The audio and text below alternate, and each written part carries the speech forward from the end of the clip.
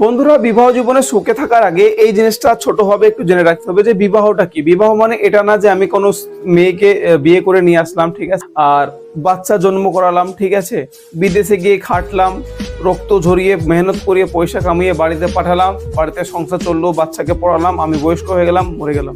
কোনো মানে হয় না বন্ধুরা, কোনো সেন্সই আসে না, ঠিক আছে। বিবাহ দেখেন, আমাদের এই জিন্দেগি একইবারই পায় মানুষ, ঠিক আছে। দুসরা বার হয় কি না হয় তার কোনো সাইন্টিফিক প্রমাণ নেই, ঠিক আছে বন্ধুরা।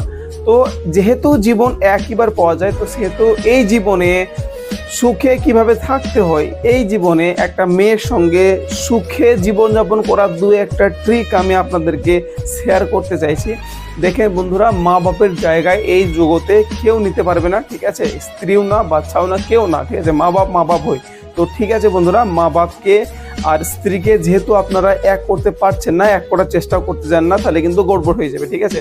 বাপ মাকে আপনি যতটুকু পারবেন শ্রদ্ধা করেন, রেসপেক্ট করেন, ফিনান্সিয়ালি হেল্প করেন, ঠিক আছে। তাদের সুবিধা অসুবিধা, মেডিকেল এক্সপেন্সের খরচাগুলো ওঠানোর চেষ্টা করেন। আর হ্যাঁ, অন্যদিকে স্ত্রীটাও ফেলাছোড়া না বন্ধুরা, ঠিক আছে।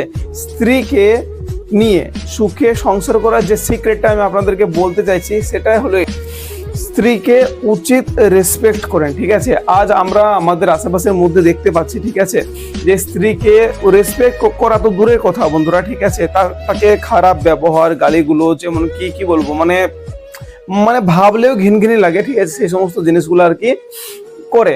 তো এই সমস্ত করে সুখে থাকার কথা তো ভুলেই যান, মানে জীবনে উন্নতিও করতে পারবে না। তো জীবনে সুখের সঙ্গে সঙ্গে যদি উন্নতিও করতে চান, তাহলে মেন একটাই দৌড় বন্ধুরা। আমি এটা ফলো করছি 4-5 বছর থেকে, আর আমি তার ফল পেয়েছি। আর যেহেতু আমি আপনাদেরকে ওয়াদা করেছিলাম, ঠিক আছে, বিগত 5 বছরের মধ্যে যা যা স্টেপ আমি নিব আগে বাড়ার জন্য, সেইগুলোকে আপনাদের শেয়ার করব। তো এটাও একটা স্টেপ বন্ধুরা, এটাকে আপনারা ফলো করে আগে বাড়তে পারেন আর আমার মতো সুখে থাকতে পারেন, ঠিক আছে। Best of luck.